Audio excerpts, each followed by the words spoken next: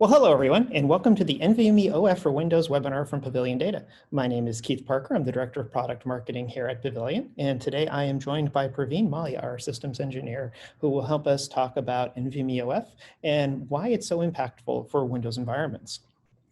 If you do have any questions, please go ahead and enter them into the Q&A or the chat function, and we will try and go ahead and get those answered at the Q&A session at the end of this presentation. And with that, let's go ahead and get started. So we're going to talk about a few different things today. We're going to talk about NVMe and NVMeoF. How are they different and why they matter? We'll talk specifically about NVMeoF for Windows and what some of the real world use cases are for NVMeoF in Windows environments. And then we'll touch on the Pavilion hyperparallel flash array and why that is so impactful with NVMeoF in particular.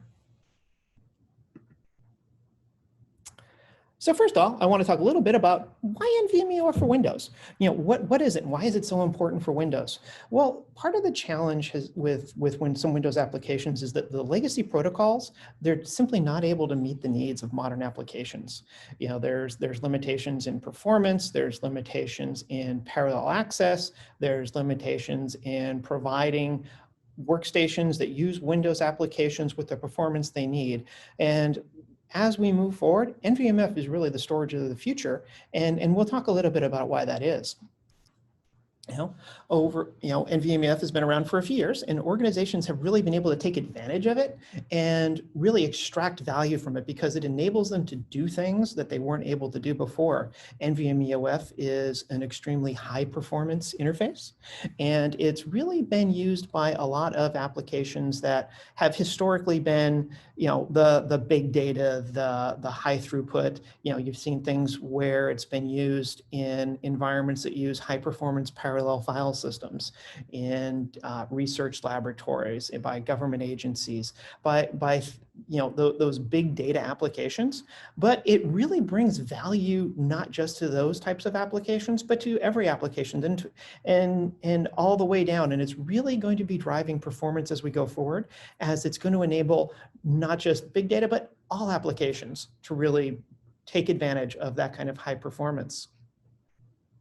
And because it's really been targeted to some of those high performance applications, it hasn't really been on Windows yet, but Pavilion is proud to announce that we do have an NVMeoF solution for Windows that's available today. And it's not just any solution, but it is on the platform that has the highest density and the highest performance density in the industry. Some of the organizations that have taken advantage of this in specifically Windows environments, there have been a number of organizations that are using this today. We've got a major Wall Street hedge fund that we recently announced that has adopted this, and they've actually been able to reduce their management costs by 50%. Increase their performance over their direct attached solution, and still recover 30% of their CPU cycles. And we'll talk about that as we go along. For media and entertainment organizations, companies that use this to do video editing, to do real-time editing, video playback, data capture, they've seen performance accelerations of Windows workstations of 2 to 3 times what they were able to get over previous solutions. We've had Global Healthcare and Billing and Analytics organization. This is a major multi-billion-dollar global company that was able to simplify their infrastructure using Microsoft SQL Server to do analytics that actually expanded their total available market that they were able to address. So this was a huge benefit for them as well. And we'll get into each of these and talk about these as we go.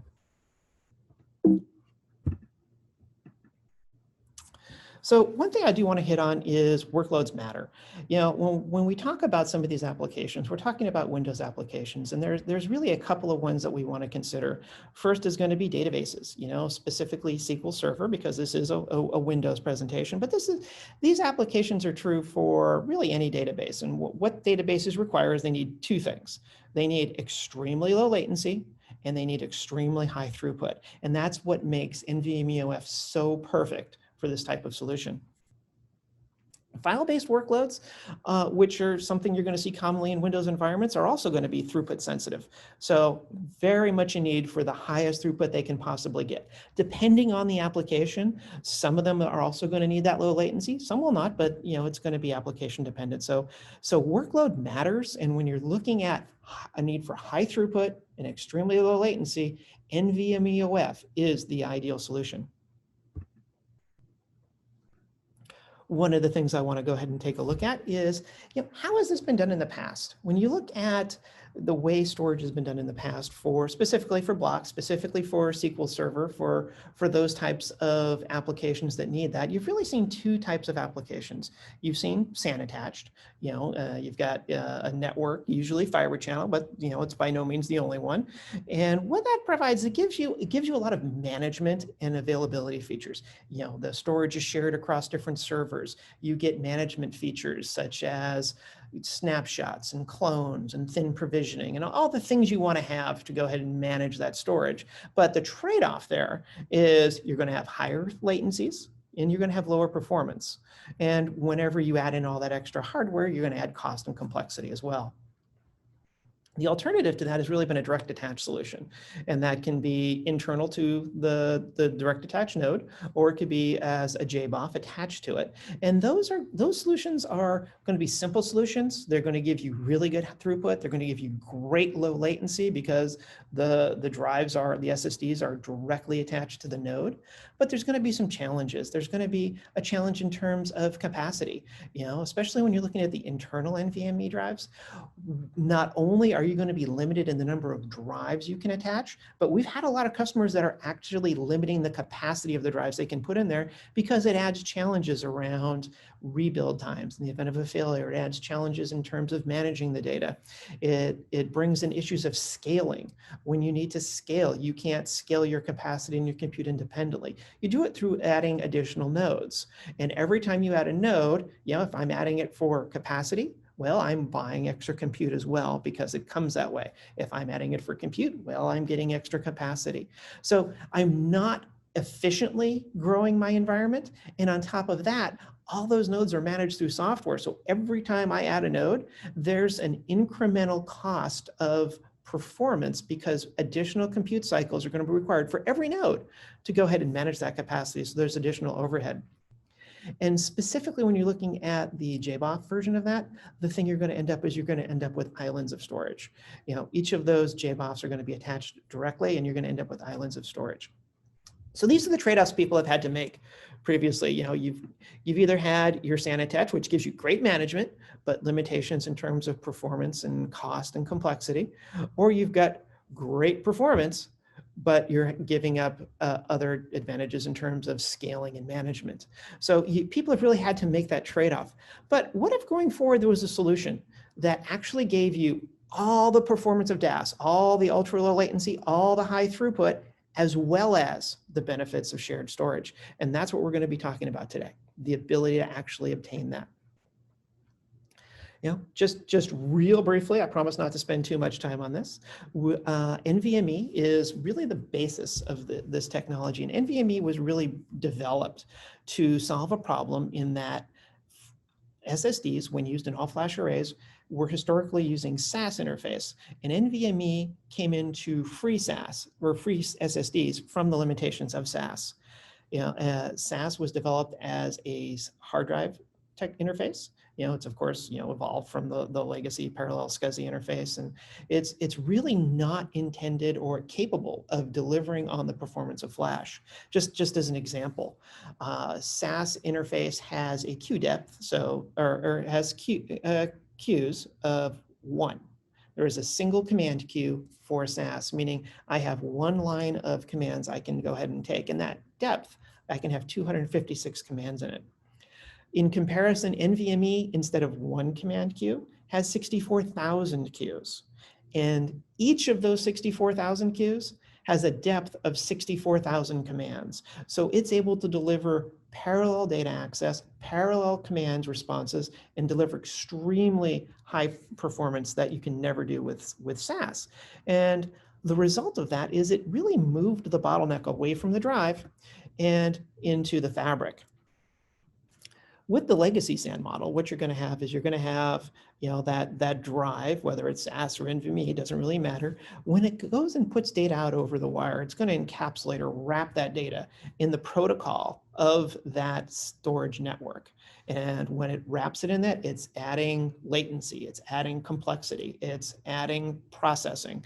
And once that data is transmitted over the network and it gets to where it's going, well, the data is going to have to be taken out of that. And that's going to, again, add latency, use CPU, use processing cycles, whether it's on the storage controller or in the CPU or wherever it may be. NVMeoF solves that by extending the NVMe protocol across the fabric. That's what the OF is over fabric. So it enables that consistent, predictable performance across the network using the same consistent protocol that the data is coming off in the drive. And that's going to be much more efficient. And that's what's going to enable that low latency. There are different ways to go ahead and implement NVMe. You can do it using really, all the different interconnects. It supports a number. It supports fiber channel. It supports Ethernet. We're going to look at a couple of those. So NVMeoF over fiber channel is really an ideal solution if your goal is to connect your storage up to your legacy SAN. So if you've got an existing fiber channel SAN and you want to add storage that uses NVMeoF to it, you can absolutely do that. As a trade-off, it is going to sit on fiber channel, so it's going to be limited to that interconnect performance. It's most common today is probably about 32 gig. 64 gig is certainly available, but 32 is probably more common. And of the different interconnects, it's probably going to have the highest cost on a per port basis. If you're really looking for just maximum throughput, if you've got that Windows environment where what you really need is high-speed data access, high throughput, high IOPS, high bandwidth, then NVMe over TCP is going to be a really good choice. It uses standard Ethernet, which is 10, 40, 100 gigabit Ethernet is getting common today. And there are 200 gigabit and even on the switch side, 400 gigabit options are available. So there's a good long roadmap. It's got extreme high bandwidth, and being Ethernet, it's going to be your lowest cost option. Then there's something called NVMeoF over RoCE. RoCE actually stands for RDMA over Converged Ethernet. And we'll talk a little bit about what that is and why it's important on the next slide. But essentially, that's what's going to give you your ultra low latency. It does require that the underlying hardware have RDMA support. But I think you're going to find that most technologies are going, a lot of the Ethernet technology today is going to have that. It's going to be commonly available, and these products are available really from all the major manufacturers. So let's talk for a second about RoCE and what that can do for you. When you're talking about a storage without RDMA, and DMAs actually has been around for decades. A DMA, a direct memory access, historically has been, I have data on my storage, I need to put it into the system memory because the application is requesting it. And without a DMA, the host processor is going to have to go ahead and put that data into system memory. Well, the DMA allows the storage controller to go ahead and do it. So it frees up the host CPU to do application processing, which is what you want it to do. Now, doing that over a network is a little bit more challenging, and that requires something called RDMA, or remote DMA. When you look at latency measurements over fabric, when you see an all-flash array, and it can really be any all-flash array out there, what you're going to see when you see their latency measurements, they're talking about the measurement of latency that occurs within the storage array. From the time that array receives the data request to the time it fulfills that request and puts it back out on the wire. So it's really the latency within the array. And it's, for an all-flash array today, you're going to look at, and of course, it's going to vary by manufacturer and model, but you're going to probably see something in the 500 millisecond range for a typical all-flash array today. Some will be a little more, some will be a little less, but probably in that range. When you're talking about a storage array like the Pavilion hyperparallel flash array that you can use RDMA, can use RoCE, we're actually going to give you a different measurement of latency. When we talk about our latency, we're talking about the time the request is received, just like in the other example, but then we're talking about when we fulfill that request, put it out over the wire, and place that data into system memory of the host that's making the request. So we're talking about a significantly greater distance, and we're talking about a significantly lower amount of latency. The Pavilion hyperparallel flash array has latencies as low as 25 microseconds, which is on par with an NVMe internally directly attached SSD. So we're able to not only provide an orders of magnitude better latency, we're providing that latency over a greater distance. So that's one of the things that enables NVMeoF to deliver the same kind of performance you're going to expect from a direct attached solution. So now that we see it, what we see is that NVMe eliminated the drive bottleneck, and NVMe over Rocky eliminated the fabric bottleneck. So where is that last bottleneck? Well, that last bottleneck is actually going to be the design of the array itself. When you look at a storage, an all-flash array today, I've been doing storage for a long time. I started out doing ultra-wide SCSI in the 90s, and storage arrays then were a standard dual controller external based array. And if you look at pretty much any modern all-flash array today, it's going to be an external dual controller based array. So the design of the array has not evolved. So when we look at it and we think about, okay, the drives have evolved from spinning disk to SSDs. The interface has moved from SCSI and SAS to NVMe. The fabric has evolved. The only thing that hasn't evolved has been the actual array itself. It still uses that same dual controller model. And so when we went to design our array for NVMe specifically, we went back and looked at the data center and said, okay, what's the fastest thing in the array? And well, that's going to be a network switch. And so when we designed the hyperparallel flash array, we built it around a network switch. It's based on that same type of non-blocking networking switching fabric. And that's what enables us to deliver not just a dual control array, but up to 20 controllers. We're able to deliver significantly higher performance than any dual controller can provide. And we'll talk a little bit about that. We have greater density because we can connect to more drives. We can provide more throughput. And that's really unleashed the power of NVMeoF. And with that, I'd like to introduce Praveen to talk a little bit about the Pavilion hyperparallel flash array, why we're different, and why it can be so impactful to Windows and NVMeoF environments. Praveen? Thanks, Keith. Hi, people. My name is Praveen. I'm a systems engineer working out of the Northeast region. So what you see on the screen is our array in two different angles, right? So on the left, you see the back end of the array. You can see, as Keith mentioned, the system was designed as a network switch. So we have 40 100 gig ports in the back, a couple of management controllers, couple of console connections, a bunch of fan power, and on the right side, you see the top view of the array. So when you remove the cover, when you slide the box out of the chassis, it's a 4U box. When you slide it out, you see banks of drives from left to right to left. However you look at it, there are 4 banks of 18 drives each. There are 72 drives in the system. There are 2 redundant PCIe switches in between, which can give us up to 6.4 terabits per second throughput inside. And then we have 10 management controllers. 10 IO controllers with 2 management controllers.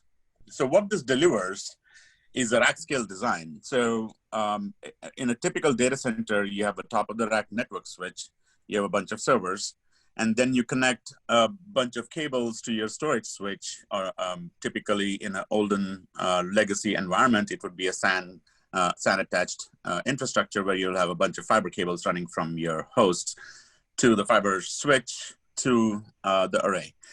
What we enabled, or what our vision was to have a storage switch sit inside the same chassis as the rack. So you can have either a top of the rack storage switch or bottom of the rack storage switch with storage inside the box. So you could either connect them directly into your host, or you could go via Ethernet switch in the rack itself. So what this enables us is to have massive parallelism scales linearly, and have high performance. Also, the software stack was built from ground up to enable native access to NVMe. So what Keith mentioned in his previous slides was you can get latencies up to 25 microseconds. So to enable a host to get 25 microseconds of latency, it's the software and the hardware working in tandem to deliver that, that performance. And also the same box can be used for both, for all block, file, and now object. So the basic way of looking at it is performance of DAS and benefit of shared. So you can have volumes larger than your typical drives that are installed within the host themselves, or you can have as little volume as you want. All volumes give consistent, predictable performance and scales at ultra low latency. Next slide, Keith.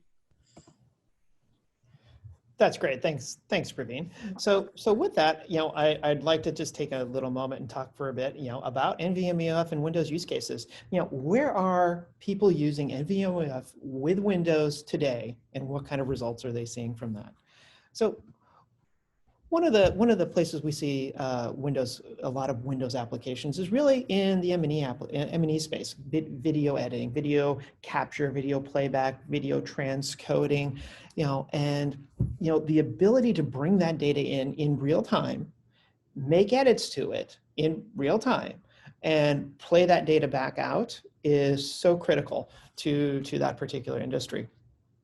And it's an environment where there are a lot of Windows applications for doing these types of solutions. And what we've seen is that historically, this has been very much a file type of environment. So they're doing files. They were typically doing it off of either some type of scale out NAS environment or a solution like that. And what was common in terms of performance was 2, maybe on a good day, 3 gigabytes per second of performance to the workstations that were doing that. And we've been able to demonstrate 5 to 8 gigabytes of performance. So compared to the standard of today, we are 2 to 3 times the performance that people are used to getting in those types of environments. So this when you're a video editing center, where you're a studio, when you're doing data ingest and capture, where you're doing volumetric data capture, you're doing any type of high performance video application, this is the ability to bring data in and edit it 2 to 3 times faster than you were able to previously is truly game changing for that type of industry. So I really can't underestimate the impact of that. That's right, Keith. And also from a transcoding point of view, in today's day and world, we have so many device form factors that can watch all the same shows. So for ultimate viewing experience, most providers want to provide the data in those formats as well. So all the transcoding to different form factors take a lot of bandwidth, a lot of processing. So and to release the shows in a timely fashion, you would want as high bandwidth as possible from your storage system. So like Keith mentioned, doubling your bandwidth absolutely enables companies to deliver transcoded video applications faster. Exactly right. Thanks, Praveen. Now, could you tell us a little bit about the large hedge fund I mentioned earlier, and how they're taking advantage of using Windows applications and the benefits they're seeing? Sure. This is one of my clients that we helped help the client achieve what they wanted to do. So they've been sort of pioneers in enabling flash access to the data centers. They started using Fusion IO from its initial days. Then eventually they went from Fusion IO to JBoFs, obviously because of data growth, right? So there was only limited capacity Fusion IO could grow. So they moved into JBoFs, which could add as many drives as possible. But the limitation was the JBoFs were connected using SAS. So they would have to have a SAS driver. They would have to have the processing done on the host side, spend more CPU cycles doing all that, right? And also they wanted their model was to have a JBoF per server, right? So having multiple JBoFs or probably 25 to 30 JBoFs in their environment was proving to be a management nightmare, right? I mean, as you can imagine, things fail, things have to be swapped out, things have to be grown, shrunk, and a bunch of different things. So everything requires a lot of management. So what they wanted to do was to have the same JBoF-like performance from a centralized management point of view, right? So what we enabled them with Pavilion was to consolidate all their JBoFs. Not all the JBoFs, but 4 of the JBoFs onto a single 4U chassis. That way they could eliminate four JBoFs and have one management entity. So what that gave them, surprisingly, was 10% more performance from the application point of view. And also the CPU overhead went away, right? So they were roughly about 30% less CPU utilization, so they could have more SQL servers running on their servers. And as you can imagine, since the management is done from a single pane of glass, they didn't have to, their management costs were reduced drastically as well. So in summary, they were able to deliver, they were able to get what they wanted, they were able to achieve what they wanted to achieve by moving to Pavilion and add more performance, reduce CPU utilization, and reduce management costs. That's great. Could you maybe talk a little bit about how they implemented that? So in the next slide, like I'd mentioned before, right? So our Pavilion unit has got 4 zones. So those 4 zones are totally separate, right? So they don't see each other internally. So you could have a SQL Server running on zone 1, SQL Server 2 running on zone 2, 3, and 4, right? So what that gives is a particular zone will give you a predictable performance because there is no noisy neighbor problem. That's the first thing. So a badly behaved SQL Server in zone 2 will not affect the performance of SQL Server 1. They all have the consistent predictable performance. You have the legacy DAS-like performance. So you still have the same exact setup that you have. And you can grow more capacity on the fly as well, because we enable volume expansion on the fly and manageability on the fly, right? And also add more performance. Previously, they were bottlenecked by the SAS controller that's installed on the controller. Here, we have 5 controllers that they could use per zone, so they could increase their performance drastically. So the model that they deployed initially was a single zone with 2 cards. Today they have 2 zones with 5 cards, and eventually the plan is to move once this Pavilion unit gets full, they will get more Pavilion units and consolidate most of the JBoFs onto 3 or 4 Pavilion chassis in the data center. That's great, Praveen, and I know the customer's just seen some amazing results in terms of not just Absolutely. performance, but utilization.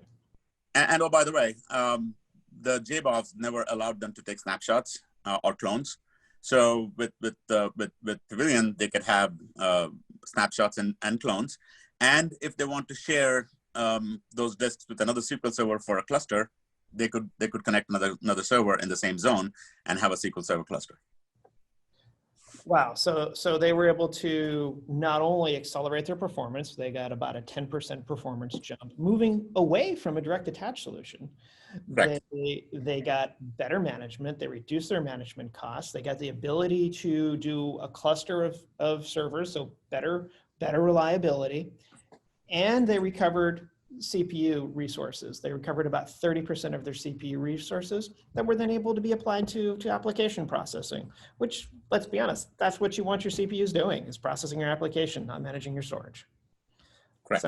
Sounds like a pretty good solution. Yep. All right, let's go ahead and talk about another customer that's had a lot of success in the Windows environment. Sure. So this is a FinTech company which handles healthcare billing and analytics. So again, a similar use case. I mean, if you think about it, end of the day, most applications either are a database or some kind of a web interface or some kind of an application server. So this again was a SQL Server analytics program. which was running on SQL Server on Windows, what they were able to do was replace the IBM V9000s, which were end of life. So they wanted something which could deliver a higher performance. Again, I mean, DAS was a breakthrough performance technology at one point, but then as data grows, I mean, typically data is growing almost 2 to 3 folds on a monthly basis. So if that happens, the DAS becomes a complete solution which needs to be replaced with a centralized management. And that's what we enable them to do. They replace the DAS, and we were able to consolidate most of their requirements on Pavilion, and again, deliver additional performance to what they had with DAS, and consistent. That's great, Praveen. Thank you. Okay, great. Maybe you could talk a little bit about some of the flexibility that provides in terms of growing and managing your storage. Sure. So like I mentioned before, right? So the Pavilion system was designed to meet both performance and capacity. So there is no one-size-fits-all solution, and we know that, right? So what we did was we designed a chassis which is customizable. So you can start with as little as 18 drives and the 2 controllers. 2 controllers will give you 4 ports. So 4 ports to manage your storage in that zone.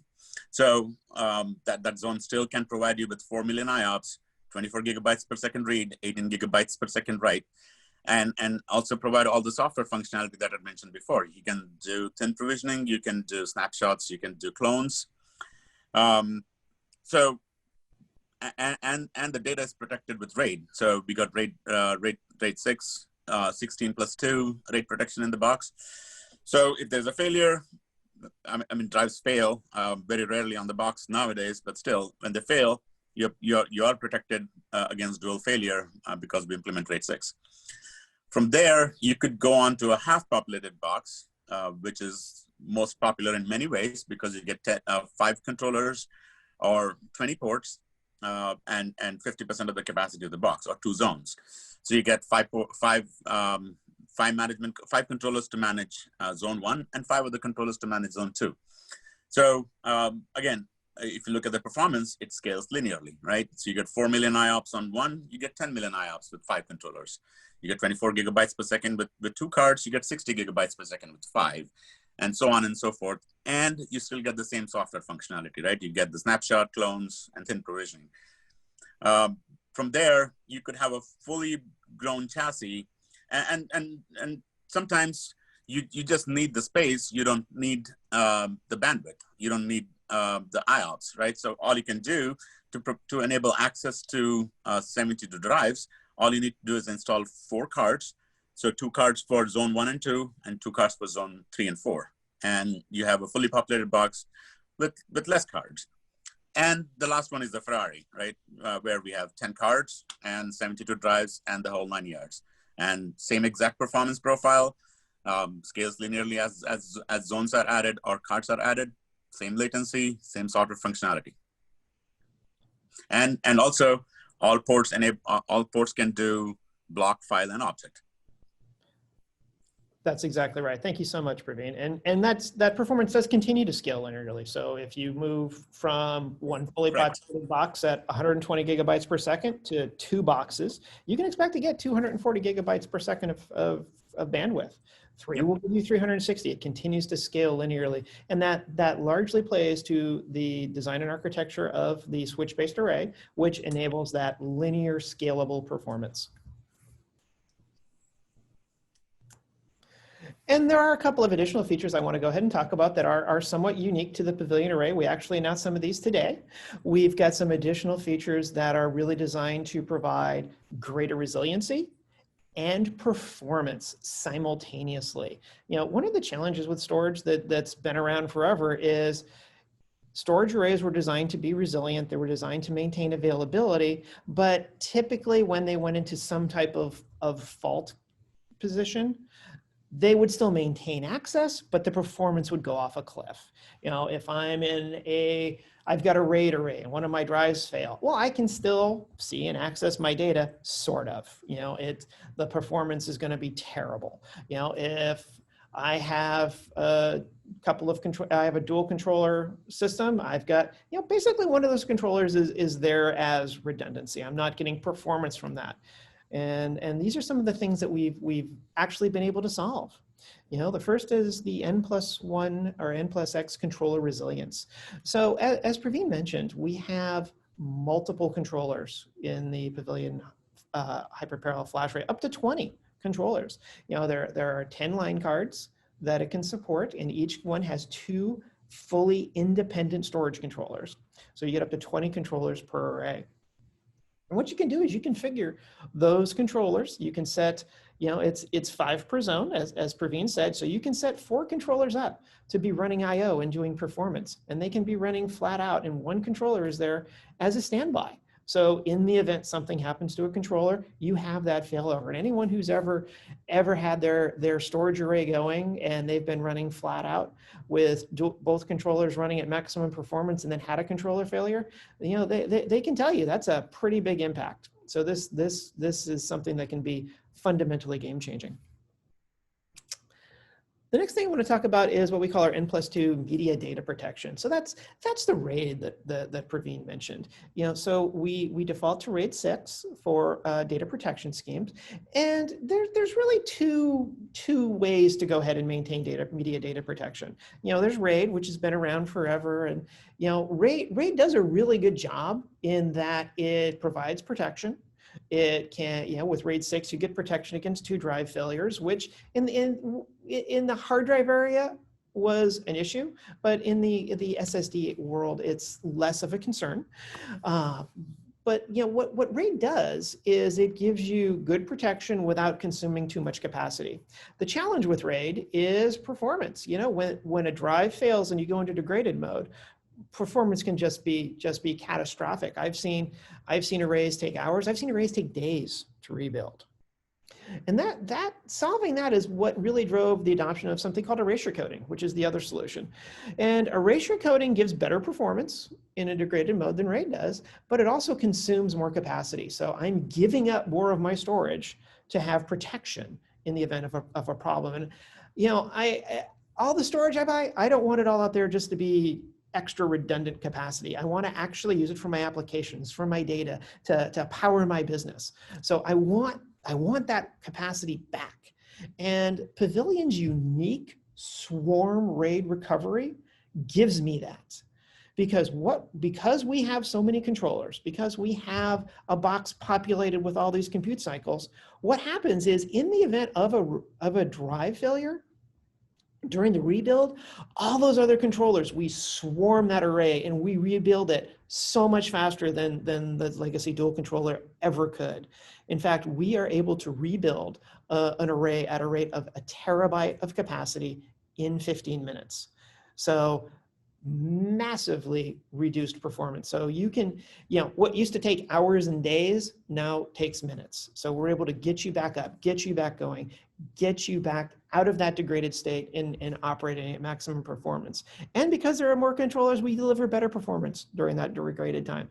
So it's absolutely a win-win for anyone who's ever had a drive fail in a RAID environment. And the last one I want to go ahead and talk about is our data assurance technology. So this is actually something that's patent pending for us. And essentially what it does is as drives have gotten larger, as SSDs have gotten bigger, and in high I/O environments, what's been found is that every great once in a while, not often, but every once in a while, there will be an error. There will be an issue where the metadata is written to that a write was performed, but the write wasn't actually performed. Doesn't happen often, but it does happen occasionally. It happens frequently enough that it's a problem. And what we've done is there's something called T10diff, which many of you are probably familiar with, which is essentially when there's a write performed, there's a cyclic redundancy check, a CRC that's calculated, so that when the data is read, well, we perform a check on it and make sure the data is good. And that's something that's been around for a while. Pavilion's by no means the only one that does that. Not everybody does, but we're not the only ones. And so we do that to verify the data integrity. But if there was a report of a write that did not happen, well, the data is still going to be valid based upon the CRC, even though it's not what was supposed to be written. So the result is you get data corruption.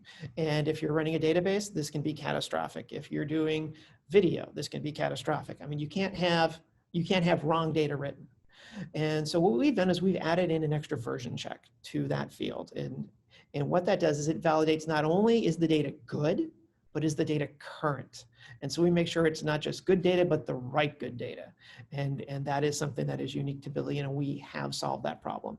So what we're able to provide is not just greater resiliency than anyone else, we're able to provide greater performance and resiliency at the same time. And that can be so critical to those important workloads.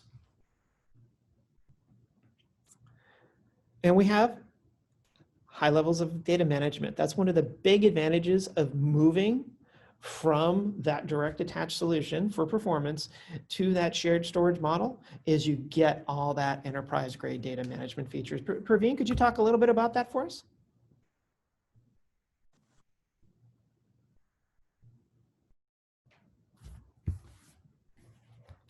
Praveen, you might be on mute. Yes, I am. Sorry. So you already covered the resiliency part, right? So like you mentioned, we can do ultra fast RAID rebuilds because of the amount of compute that we have in the system.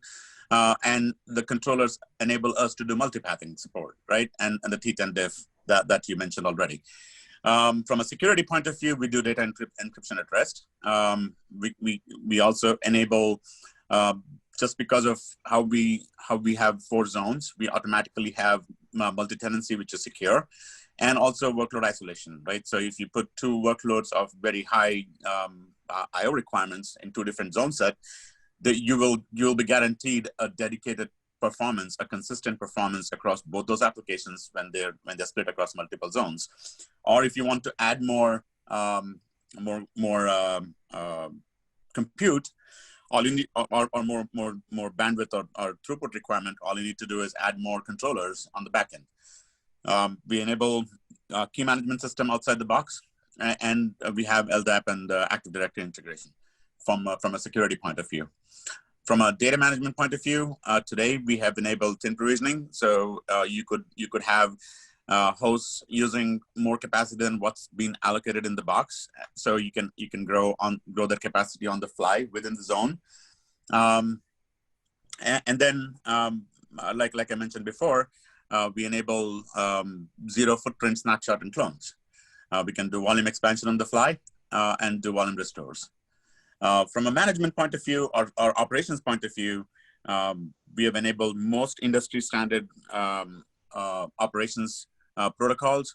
So one of the things that most people like to use is a RESTful API. So our entire management interface is written using RESTful API. And if you go on the management browser, you can go on the link at the bottom, which will show you the calls for each and every module that has been used within the chassis with examples, and also you could try it out on the fly on the browser itself. We have enabled Cinder block driver for OpenStack, and also developed our own CSI plugin for Kubernetes. For now, we are also native NVMe-oF Fabric for VMware starting 7.0.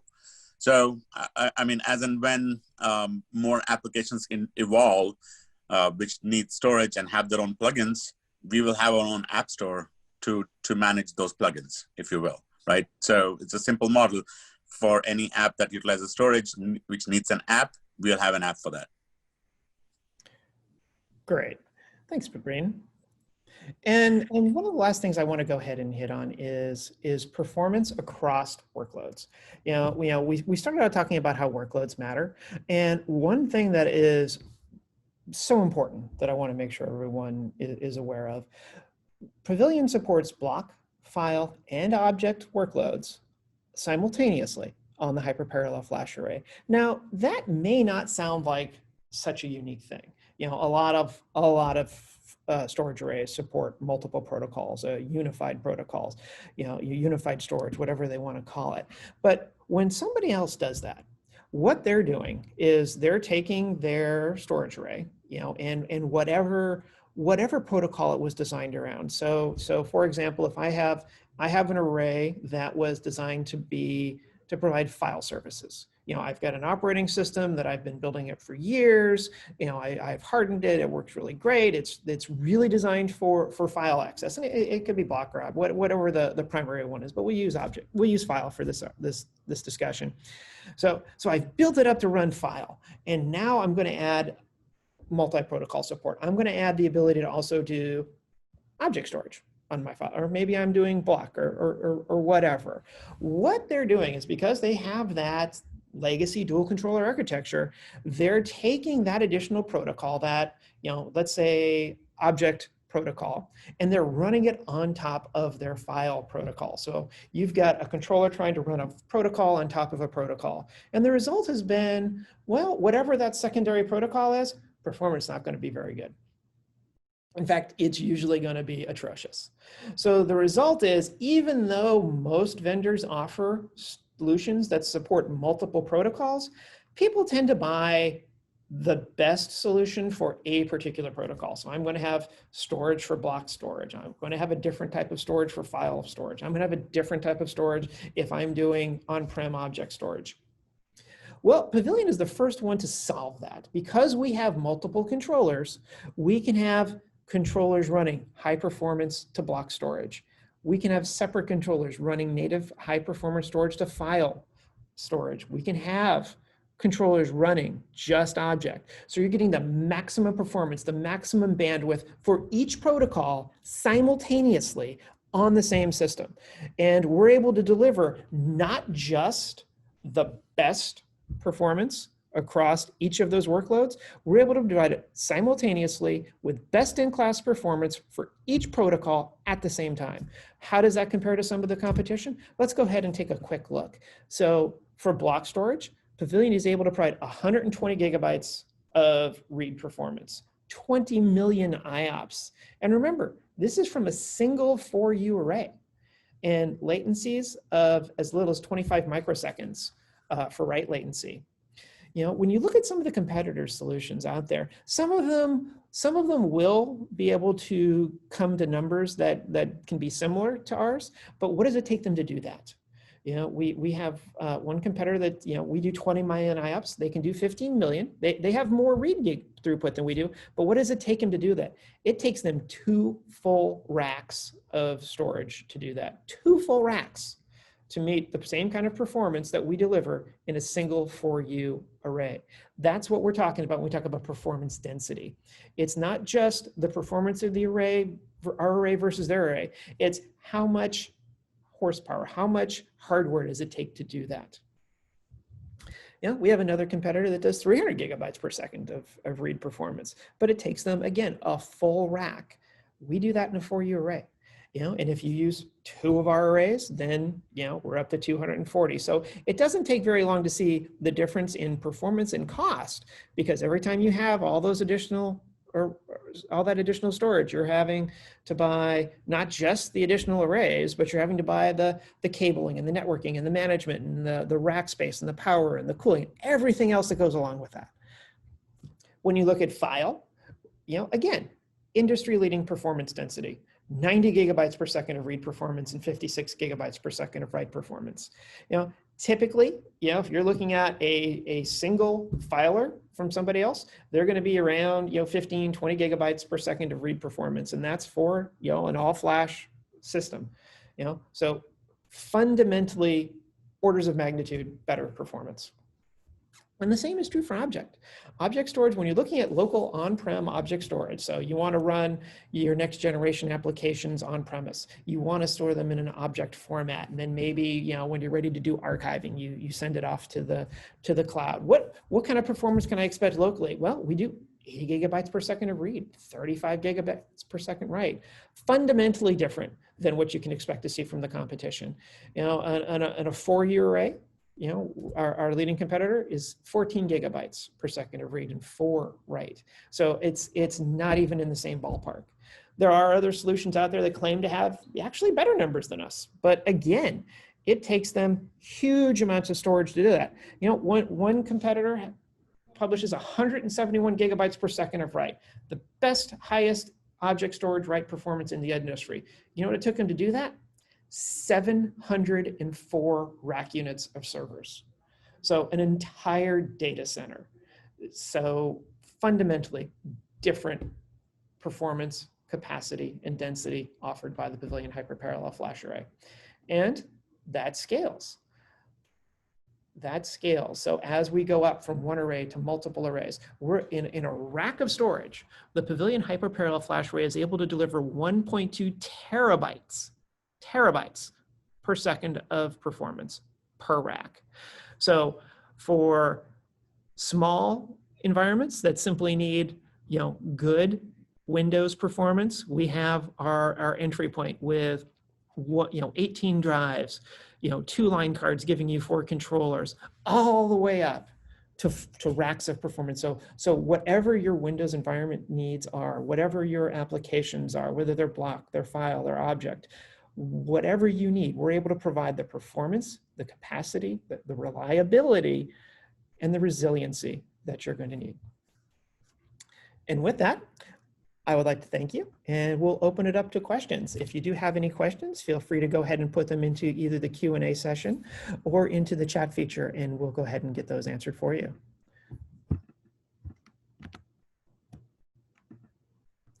And with that, I do have some questions. So the first question is, I'm excited to know about NVMeoF on Windows. Is this enabled by Pavilion or with the help of Microsoft? And the answer to that is working in conjunction with Microsoft.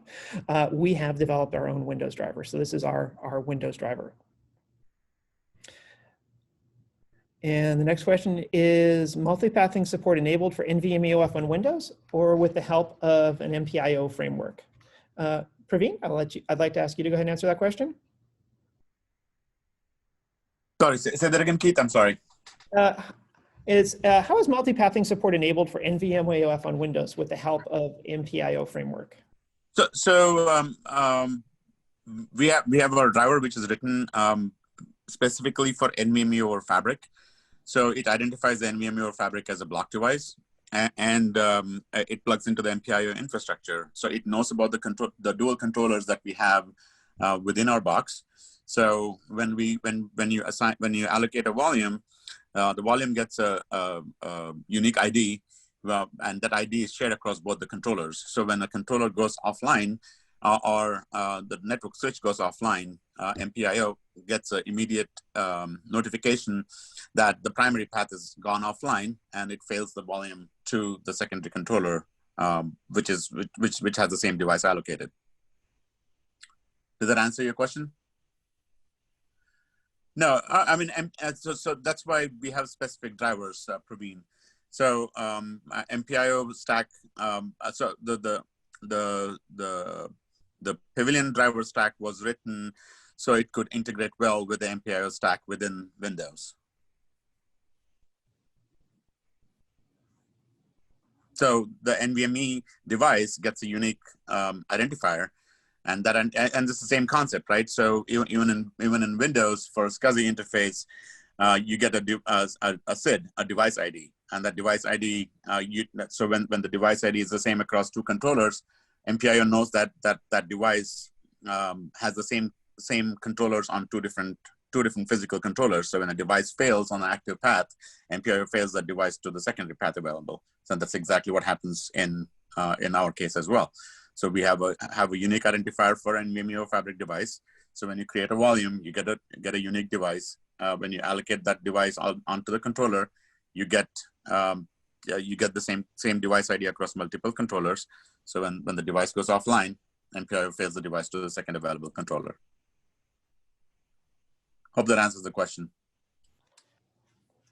Great. Thank you, Praveen. All right, and if there are no other questions, then I would like to thank everyone for joining us on this particular webinar. We will be sending out a link to the recording of this for everyone who's attended. And if you do have any questions or need further help getting Windows support for NVMeoF, please visit us at pavilion.io and we'll be happy to help you. Thank you. Thanks, everyone.